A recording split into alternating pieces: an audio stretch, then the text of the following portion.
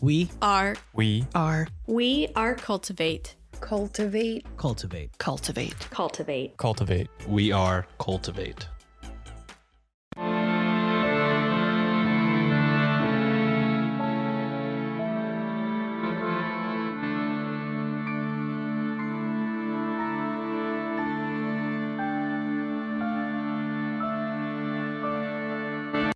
Hello and welcome to Ye Olde Crime, where we discuss the funny, strange, and obscure crimes of yesteryear. I'm your host, Lindsay Valenti, and with me is my sister and co-host, Maddie Savage. Hello. Hi. Life. It's really hit us hard this week, huh? Yep. It's really lifing it up. Really lifing it up, man. Making that into a verb. Yep. I got nothing in the cubby or the closet, so I'm just gonna start us off strong. Keep it moving. Keep it rolling. We are continuing Spoopy month, and this week we will be discussing a creature, Ooh. the Miniwashitu. Ooh. A little one. It sounds like it's a little one. We'll get into it. Little for its species. Little for a monster. We'll get into it. All right. Information was pulled from the following sources: a 2024 Jack and Kitty Norton blog post, 2024 KX News article, 2023 Atlas Obscura article by April White, 2023 Puzzle Box Horror post by Macabre Mary, 2022 Anderson Design Group store blog post by Aaron Johnson and Joel Anderson. I know it's random. 2021 Coffee House Writers blog post by V.L. Jones, 2018 Steam It blog post by Pink Spectre, Cryptids Fandom Wiki, Hanger One Publishing blog post by Lucas Jennings, Mythical Encyclopedia article, and Wikipedia. Nice. Thank you to Carrie Ann for her research assistance on this episode, and links to all of these articles will be included in the show notes. We wouldn't be here without support from listeners like you. If you're interested in supporting us financially, you can leave a one-time or monthly donation over on Buy Me a Coffee or our Venmo page. Links are in the show notes.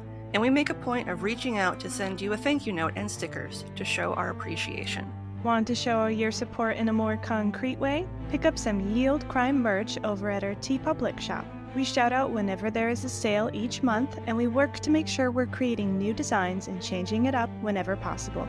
And hey, thanks for listening. From the icy waters of the Missouri River in North Dakota comes a terrifying legend of a hairy, horned, red-eyed creature who brings death to anyone who dares cross its path. The Miniwashitu. Oh boy. Close by, too. Coming in hot. Ruh-roh.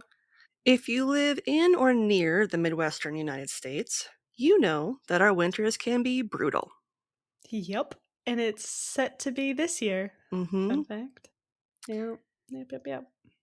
In the capital of North Dakota, Bismarck, the first frost of the winter season can arrive as early as September, and freezing temperatures can persist well into May. As for the Missouri River, which is the scene of today's legend, it's covered in a layer of ice that spans the width of the river by December and can be as thick as 6 feet or 1.8 meters, damming up the waterways for 3 months easily, sometimes even longer. That still doesn't seem like enough ice for me to know. ever cross it. Ever. Oh, yeah. Like, I just will never, ever. No. You will not see me on a frozen anything. I appreciate ice fishing. I think it's great. If that's your thing, yes, bless you. But you will never, ever, ever, ever get me on ice on a body of water. Nope. Never. It's not happening. Unless it's a puddle, it's not happening. Yeah. Anything I can fall through, no thanks. Yeah, I'm good. Now, unlike the Mississippi, the Missouri River can be pretty dangerous. I mean, the Mississippi can be dangerous, but Missouri's pretty bad. I remember growing up, we lived closer to the Missouri, and we always were warned about it. Mm-hmm. Its harsh currents and unpredictable floods have claimed the lives of many indigenous and white travelers in the area. Even so, it is and was a vital part of the lives of the indigenous peoples of the region, specifically the Mandan, Dakota, and Lakota tribes. Nice. Now, the Mandan are one of the many indigenous tribes of the Great Plains and lived mainly in the area that is now known as North Dakota, along both banks of the upper Missouri River and the Heart and Knife River tributaries, which sounds pretty badass. The Heart and Knife River tributaries? Yeah. As a people, they had permanent dwellings featuring large, round earth lodges, some of which reached as large as 40 feet or 12 meters in diameter. Dang. Mm-hmm. That's a nice house. Mm-hmm. As a trading nation, they often exchanged supplies of corn for bison meat and fat, but they also traded in other goods, such as horses and guns. As you would need in that kind of area. Mm-hmm. The Mandan settled in the area sometime between 1100 and 1300 AD, and by the time fur traders from Canada and white settlers entered their territory, they had already established a thriving trade community. But trade of any kind was not possible along the river until the return of the Mini, or water monster. So Mini is water. Oh, so it brought the thaw Mm-hmm. with its evilness. We shall see. So just as winters can be harsh and unpredictable, so can the arrival of spring. And the fearsome embodiment of the season was the Miniwashitu. That's actually a better scenario than what is it, the lamb and the lion? Yeah. For just March. Comes in like a lion, It goes out like a lamb. out like a lamb. Yeah. Yep. More often than not, it's all lion. Yeah. All the time until like June. And then there's like, it's lamb for like a day, and then it's like heat. Yep. And then it's summer. Now it is hot like a phoenix. Melt your bones. When you breathe, the air should be wet. Anyway. Mm-hmm. Descriptions of this water spirit have stayed consistent throughout the ensuing centuries, with oral traditions noting that it was a, quote, dreadful being. Mm. Spring is pretty gross. Mm-hmm. It can be pretty, but it's pretty gross. Mm-hmm. In 1921, Melville Randolph Gilmore, a former curator for the North Dakota State Historical Society, renowned cultural anthropologist and author, wrote a brief description of the Miniwashitu, marking the first appearance of the creature in written media in the book Prairie Smoke, a collection of lore of the prairies. Cool. He wrote it as it was told to him by a second-hand witness. Oh. Quote, "It is said that in the long ago, there was a mysterious being within the stream of the Missouri River. It was seldom seen by human beings, and was most dreadful to see.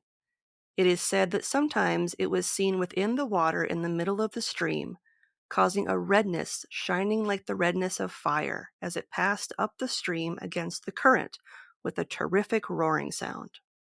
And they say that if this dreadful being was seen by anyone in the daytime, anyone who thus saw it soon after became crazy and continued restless and writhing as though in pain until he was relieved by death. And it is said that one time, not a very great many years ago, this frightful being was seen by a man, and he told how it appeared.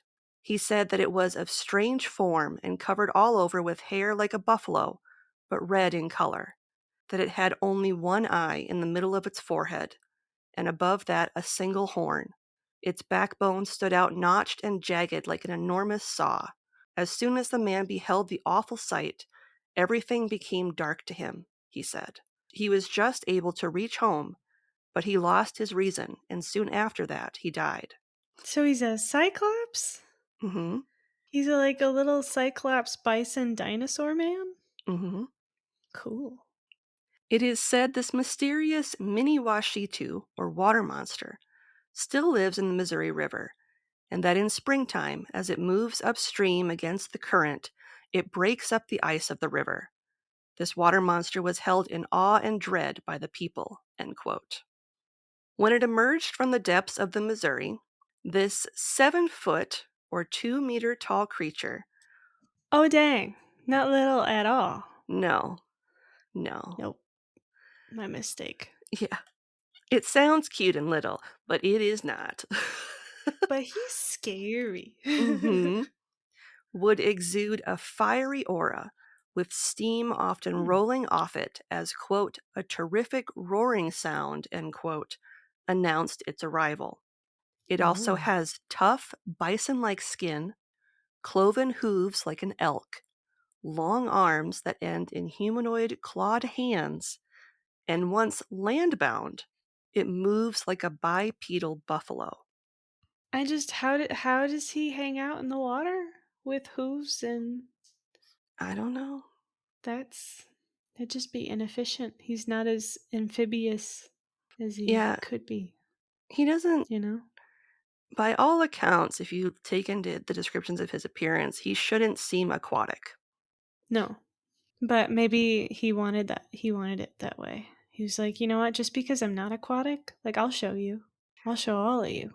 I mean, maybe people have only seen his cloven hoof when he's out of the water. Maybe when he's in the water, they turn into like fins or they're webbed or something. Like, who It's like a knows? mermaid. Maybe he turns into He's a a little mermaid. a merbison monster. Who's to say? Could Not me. be. Yeah, well, we can't. Nobody's touched his hooves, so, you know. Yeah, who knows? Hmm. The Miniwashitu is said to have overturned boats, drowned travelers, and caused misfortune both in the spring and in the heat of summer. In some sources, it is noted that it was believed to control the weather, as its appearance ushers in storms that can last for several days. In another, it states that it can disappear into thin air, almost like it has an invisibility cloak. Like 1 second it's there, and the next, poof, it's gone. Yeah, and that would be really scary, seeing something that large and intimidating, and then it's just like gone. Mm-hmm. It's like, where did that go? Yeah. Where'd it go? Because that just doesn't leave. Mm-mm. It does not go quietly into that dark night, my friend. Mm-mm. Mm-mm. Mm-mm. As previously mentioned, seeing the creature was a death sentence, especially during the day. Essentially, it's so horrific to behold that the sight of it blinds you before you go mad, writhing in pain before death. That's awful. Yeah. And like that's the last thing you see before you die. Mm-hmm. Now, even if you don't see it, hearing it and hearing its terrifying roar is said to have the power to deafen and disorient you. But kill you? Mm-hmm. Hmm. If you happened to make eye contact with it, it would, quote, freeze you in perpetual fear, end quote, as insanity would lead you to death. Okay. So if you can make eye contact with it when you first see it, you won't go blind. You'll just go crazy and die. But wouldn't you automatically go blind? Because he's just got one eye. So unless you only have one eye, Maybe, is it a 1-to-1 ratio? I don't know. But seeing it at night, you would bear witness to a fiery red streak under the water's surface. So, like, when it's in the Ooh. water, it's got, like, this fiery aura that apparently you can't see during the day. It's like it's So bioluminescent. he's just defrosting the whole river himself. He's just doing all the heavy work, and Mhm. then he comes up and he's like, "You guys are so ungrateful." Yep. Reign and terror. Now, touching one meant instant death. I don't know why you would go up and touch it. How would you even touch it if he's gonna blind or deafen or disorient you? How do you Unless, even get that close? I don't Unless you know, were in the boat and it like you touched it that way, maybe if maybe. he like wrecked your boat. And having one in your community was said to bring a curse onto the land. I mean, that makes sense if like he's just doing nothing but death, Mhm. Causing and death then and he comes to hang destruction. out. You're gonna have a bad time. Mhm. He's like that bad Yeah, neighbor that you really don't wanna have because he's bringing down the He property really, value. I was just going to say, it really brings down the property value. And you're like, God, I can never sell my house now. Mm-mm. No, it's cursed. It is Not said to again. have its weaknesses, however, because all great creatures have to have some sort of weakness. Of course. Cupcakes. Legends state that it's vulnerable to and afraid of fire, which is weird. Maybe it just sees it as a threat. Maybe. Like you're posturing. Maybe. And he's like, hey man, that's my job. That's what I do. That's not cool. It's also wholly dependent on the Missouri River and the state of its ecosystem. So, like, if the health and ecosystem that make up the river become unbalanced, like, say, a bunch of, like, sewage gets dumped in the river, it would cause the Miniwashitu, like, physical harm. But don't do that. Yeah, don't do that. Like, even if you don't like him, don't put a bunch of trash in the river. That's not okay. Now, the Miniwashitu would be the least of the Mandan people's worries, going back to the top, Oh, no. as the 18th century rolled around. True. Mhm. Who's worse? Man. Man is bad. So much worse. Traders who followed the trade routes along the Missouri brought with them smallpox, which caused an outbreak in 1782, as well as in 1837, which decimated the tribe. That's so sad. Although many of their traditions have been lost to time, their oral traditions, such as those of the Miniwashitu, still thrive in North Dakota along the Missouri. Nice. Stories of the creature are often viewed as a cautionary tale, warning those who hear it to beware of the dangers that lurk in the river, as well as the unpredictable nature of the world in which we live. It's entirely possible that the tale of the Miniwashitu was used to prevent the children of the Mandan from wandering too close to the water's edge. That makes sense. And then, like, you're also thwarting by saying, like, the different sounds, and if you see fire and stuff too, like if there was a hunting party out at night using fire to see so that they could hunt, and they don't want kids around, there's a monster. The Miniwashitu is also a helpful addition to the ecosystem of the Missouri River, breaking up the thick ice to aid in the advent of spring, opening up the waterways to allow water travel in the region, as well as access to the abundance of fish. Can we also blame global warming on him? I mean, I guess. Why not? He did technically heat the water, so He did. yeah. It's his fault. A lot. It's kind of his thing.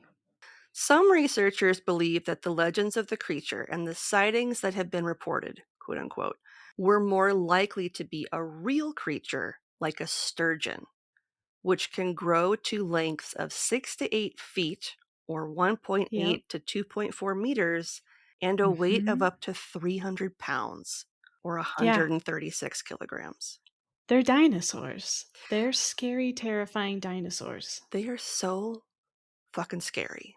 Like, they are. There's a reason I refuse to go in rivers and lakes. Like, the idea of this thing existing in the same space that I occupy while I am on the water fills me with a layer of fear that I don't think you truly understand.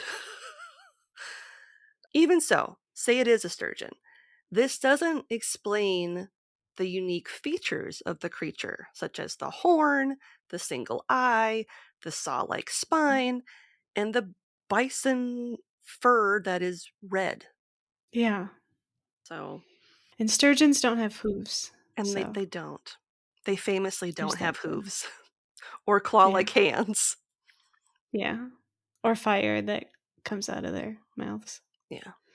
Recently, North Dakota's CBS affiliate KX News reported that the Miniwashitu lives off plants, fish, and grass. Oh, pescatarian. It's a pescatarian. Nice. Many see it as more of a guardian spirit and not necessarily a bloodthirsty predator, since it often only comes out when its territory is seemingly threatened. Or to, like, usher in like to break up the cold, Mm-hmm. to usher in the warm. Mm-hmm. In 2024, an amateur cryptozoologist from Minot, North Dakota, set out to track down the Miniwashitu. Quote, I've studied the legends, I've talked to locals, and I have a plan. This creature, whether it's a living animal or something more supernatural, has a story to tell, and I'm going to be the one to bring it to light. End quote. To the best of my knowledge, his search in the summer of 2024 didn't garner results. To be continued. Okay. Unlike West Virginia's sheep squatch or the chupacabra of the South, the Miniwashitu is viewed more like a unicorn cyclops. Yeah, it sounds like it. It is also considered both a mythical creature and a cryptid, rather than being classified as one or the other. That makes sense, because depending on how you see him, it could really be either. Mm-hmm. It has also been noted in popular media. The Snallygaster creature in the Fallout 76 video game is said to be based on the Miniwashitu. And I do recall seeing this creature when Thomas played this game. And I remember thinking, like, this thing is fucked up. So when I read that, I was like, it was real. yeah, I can see it. I can see it. So I will include a side-by-side, although there are no photos of this thing. It's just like artist Right, there's interpretations. probably, artist interpretations. I will include an image of the Snallygaster for people to see. Nice. Cool.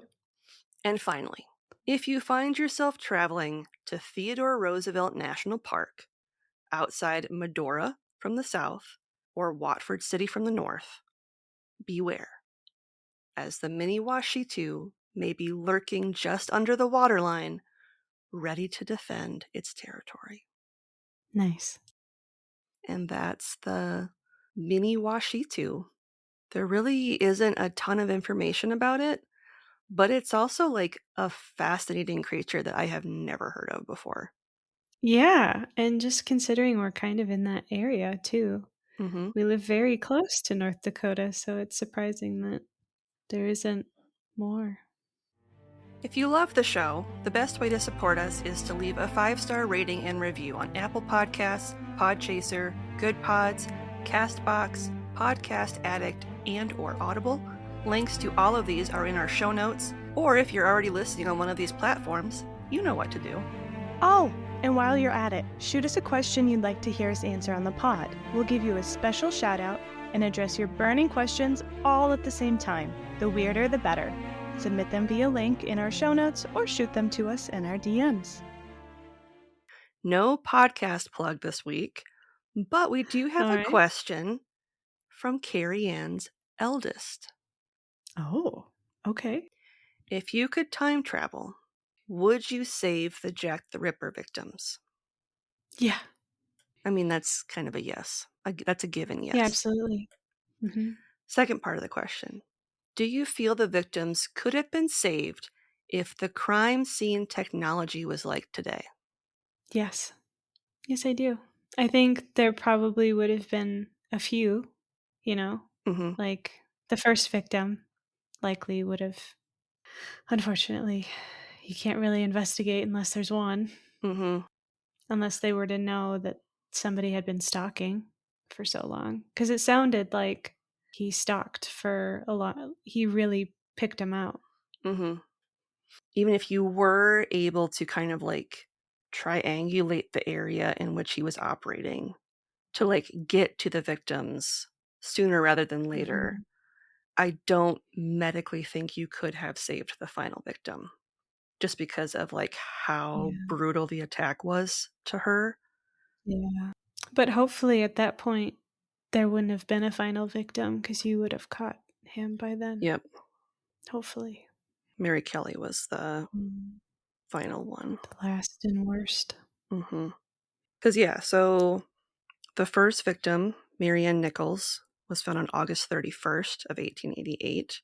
And then it was Annie Chapman on September 8th of that year. Then Elizabeth Stride on September 30th. And then there was another one on September 30th, and that was Catherine Eddowes. And were they sure it was him or not, or were they kind of waffling? They're pretty sure, because it was known as like the double event. Mm. But then it was like a week and a half later that Mary Jane Kelly was murdered on November 9th. And then after that, it was like done. Insane. So one could hope that if the technology existed, we could have prevented the 4 following victims, because you're right. Yeah. Mary Nichols probably would have died either way, because there would have been no way to really, unless she knew she was being stalked, you know what I mean? There would have Yeah. been no way to know. Or warn her, unless it was like, I'm from the future and I'm gonna save you. Yeah. Mhm. Because by all accounts, there was no real way to know one way or the other if she was random or if Mhm. she had been picked specifically. Right. So, anyway, thank you for the questions. I hope you liked our answers. Yeah, thank you for the question. We'd love to hear from you, and there's a couple of ways you can reach out to us. You can email us at yeoldecrimepodcast@gmail.com, where you can send us story ideas, share any spooky stories you may have, fun gifts, or even just to say hello. You can also reach out to us via snail mail. Remember mail? Our mailing address is Ye Olde Crime Podcast, P.O. Box 341, Wyoming, Minnesota 55092. Fun fact, we like to send out thank you cards with fun stickers you can't get at our shop, so it's worth the cost of a stamp. And on that note, what is something good you'd like to share? Well, we will be having a new addition to our house, so that is something good. My husband is picking up our latest working dog in training this week, so we will have an adorable yellow lab, like just over a year in our house again. So we're gonna have a very loud and rowdy house, which will be, it's always fun, but it's exhausting and quite the adjustment, but I think it'll be good. Actually, and one of my good things is Willie, in his retirement, I let him choose whether or not he comes with me when I go somewhere. And we had a welcome lunch with my new boss, and Willie wanted to come with. And so he came Aw. with me.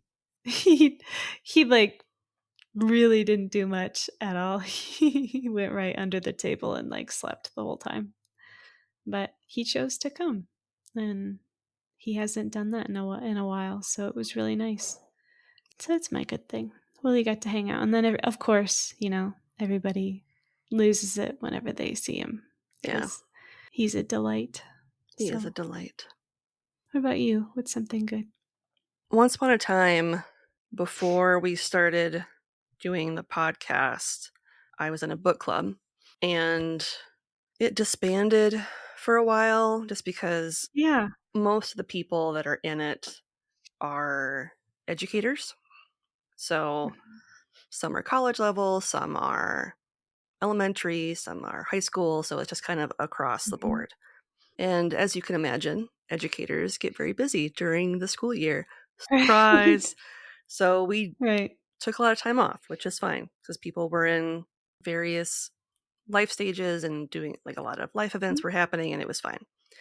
But one of them reached out recently and was like, hey, I want to get the band back together again. I miss seeing you guys. Let's get together. So we're going to meet actually next week. We're going to be meeting to discuss the first book that we read since we resurrected it. And that book is The Women by Kristen Hanna. And if you are unfamiliar with that book, it is the story of the women who went to war during Vietnam who served as nurses, and kind of what life was like coming back from that, especially considering a lot of the time when they would try to go to like VAs and stuff to be like, hey, I served in Vietnam, the response was there were no women in Vietnam. Cute. It follows the story of one woman and like her experience Essentially being erased and trying to get that back. Essentially, and like what she went through and what she went through with her fellow nurses and the men that she was involved with while there and then back, and like kind of the anti-war movement. And it really dived deep into a part of our history that I admittedly knew very, very little about. I didn't know a whole lot about Vietnam. Yeah. So it was a really good read. It's a very long read.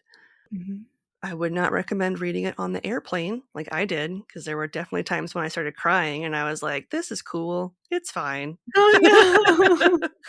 Because I was reading it as I was flying out for the wedding and then on the way back. Yeah. But it was very good. So that's the first book that we will be discussing. And then I picked the second book that we will be reading, which is called The Bookwoman of Troublesome Creek by Kim Michelle Richardson. And it is set in Appalachia. And it focuses on the blue-skinned people of Appalachia. Oh, boy. Should be interesting. I'm excited to read it. Yeah. But yeah, that's my good thing. Book club. It's a very good thing. All right. Shall we? We shall. Want to be social with us? You can see pics from this week's episode, bonus content, and funny memes on X at Ye Olde Crime Pod, or on Facebook, Instagram, Threads, TikTok, and YouTube at Ye Olde Crime Podcast. Speaking of YouTube, we have a special playlist just for our Can You Crack the Cramp Word segments with our guest podcasters to see who can correctly guess the meaning of some obscure Victorian slang terms. If that's your thing, check it out. And on that note, as always, I'm Lindsay. And I'm Madison. And we'll see you next time with another tale as old as crime.